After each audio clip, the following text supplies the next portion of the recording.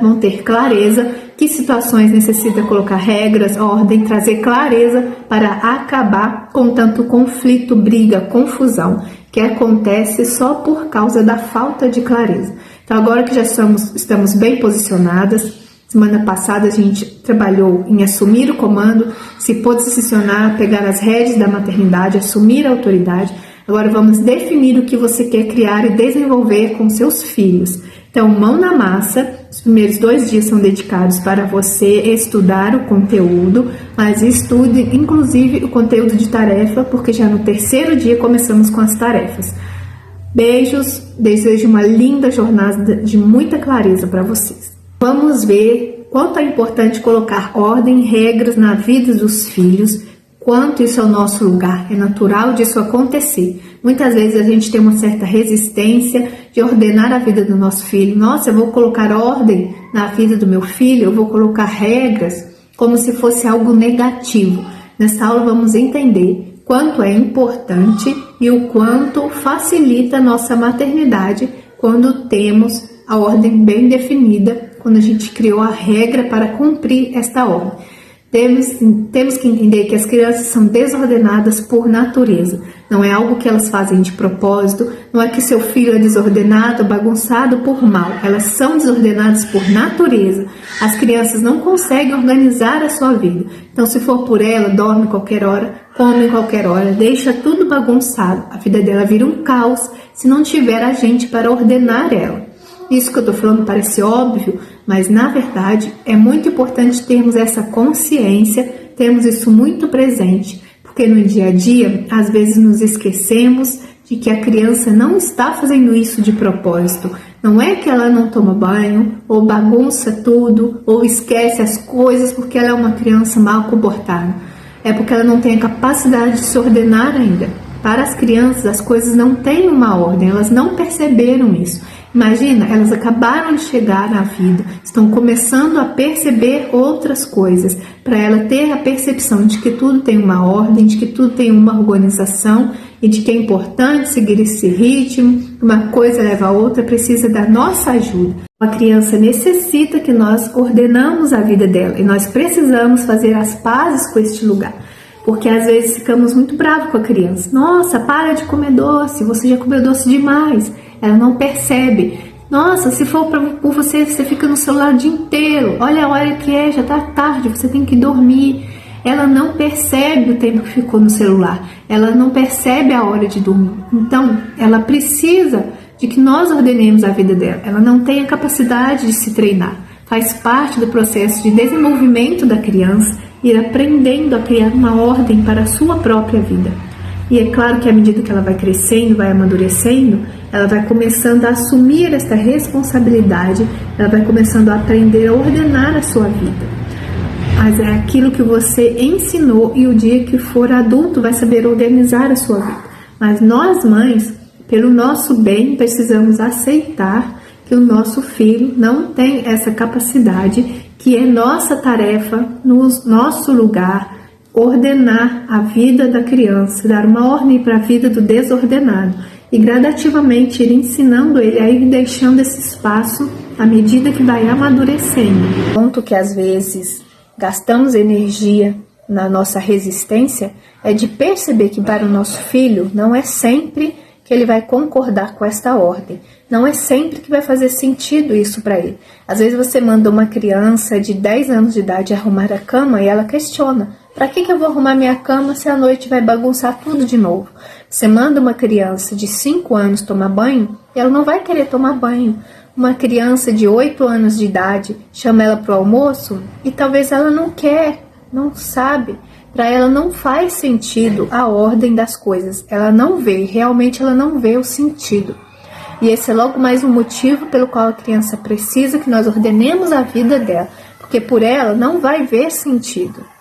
Não há nada que faça ela dizer que é importante trazer uma ordem para a sua vida. Ela não tem essa maturidade. Por ela não ter essa maturidade, ela não consegue se ordenar sozinha.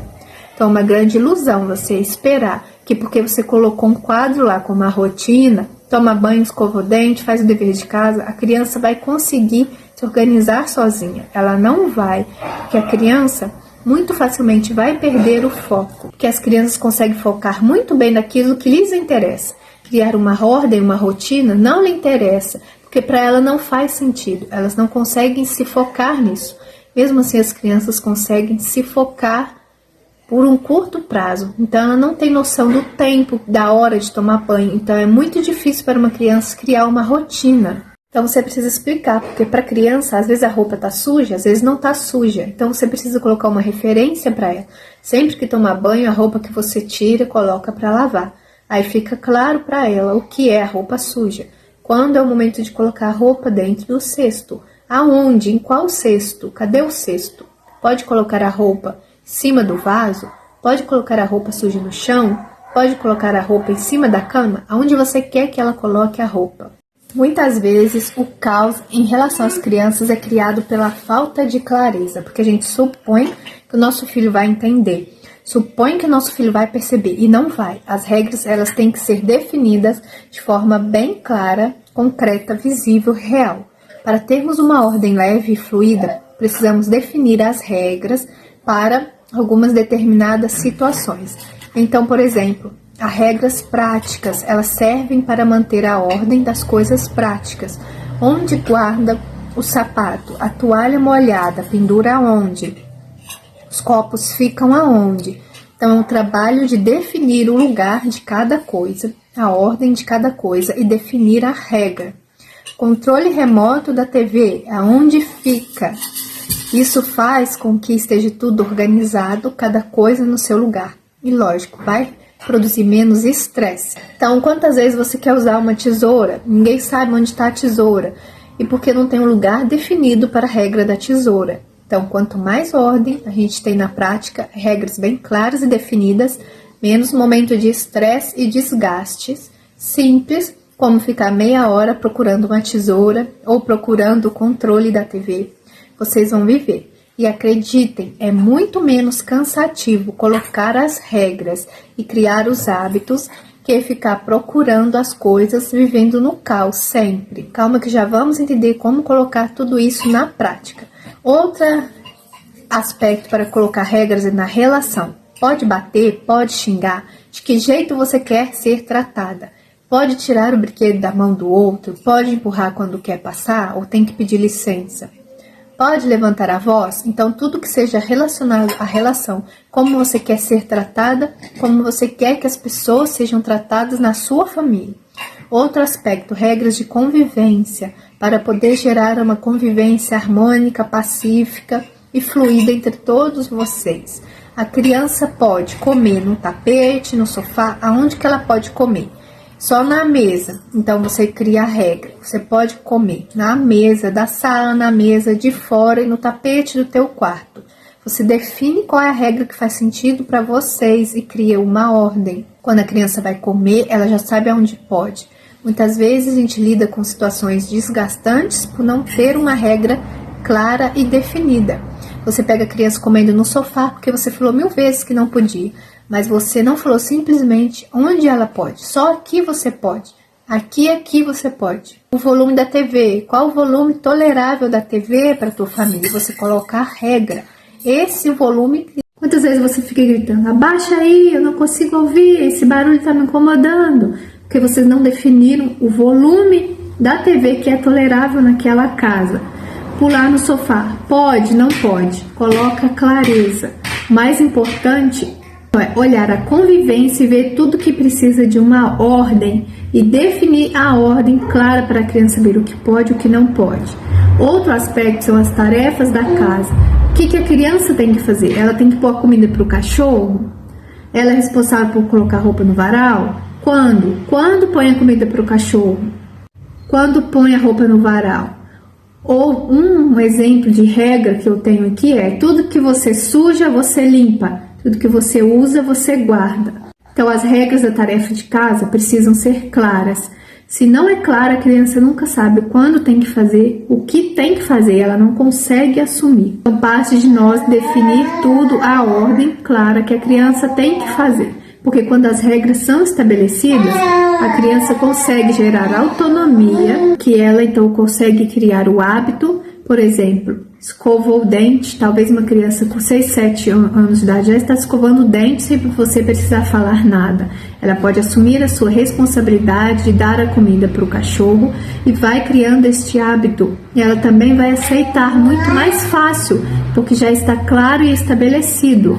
Isso é o que ela tem que fazer e é desse jeito que se faz. Então, ela não vai ter o tempo inteiro ali uma surpresa de uma regra, de uma novidade que ela não estava esperando. E vai ter que resistir a isso.